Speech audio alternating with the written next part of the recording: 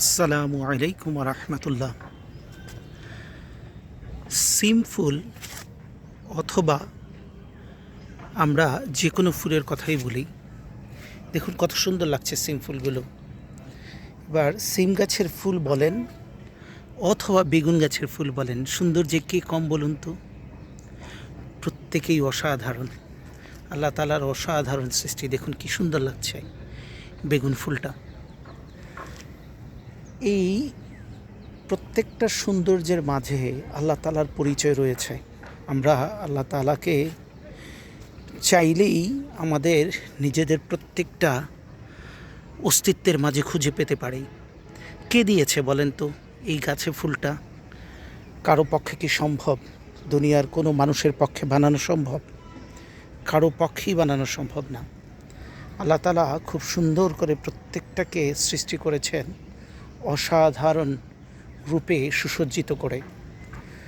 যদি আমরা বলি যে টমেটো ফুলটাও দেখতে কোনো অংশে কম সুন্দর নয়,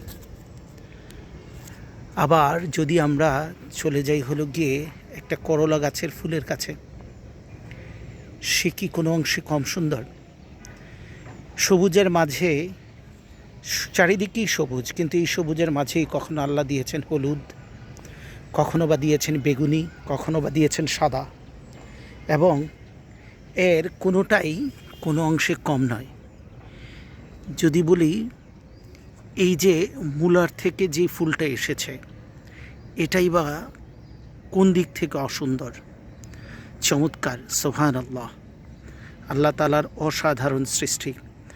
আমরা আল্লাহ তাআলার শুকরিয়া আদায় করে শেষ করার মতো কোনো ক্ষমতাই আমাদের নেই। আমরা যেই দিকেই তাকাই না কেন, যেভাবেই চিন্তা করি না কেন, আল্লাহ তাআলা আমাদেরকে যেভাবে দিয়েছেন, যে নেয়ামত দিয়েছেন, এই নেয়ামতের শুকরিয়া আদায় করে শেষ করার মতো কোনো অবস্থাই আমাদের নেই।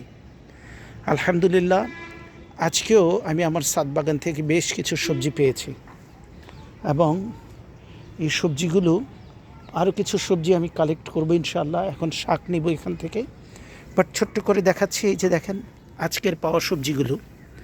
সিম গাছ থেকে সিম পেয়েছি, বরবটি গাছ থেকে বরবটি পেয়েছি, বেগুন পেয়েছি, টমেটো পেয়েছি।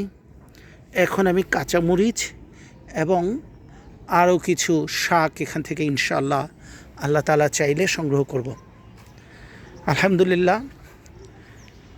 আবার আমি যদি লেবু গাছটার দিকে একটু তাকাই, দেখেন লেবু গাছের মধ্যে কি সুন্দর ফুল দিয়ে ভরে দিয়েছে আল্লাহ তাআলা।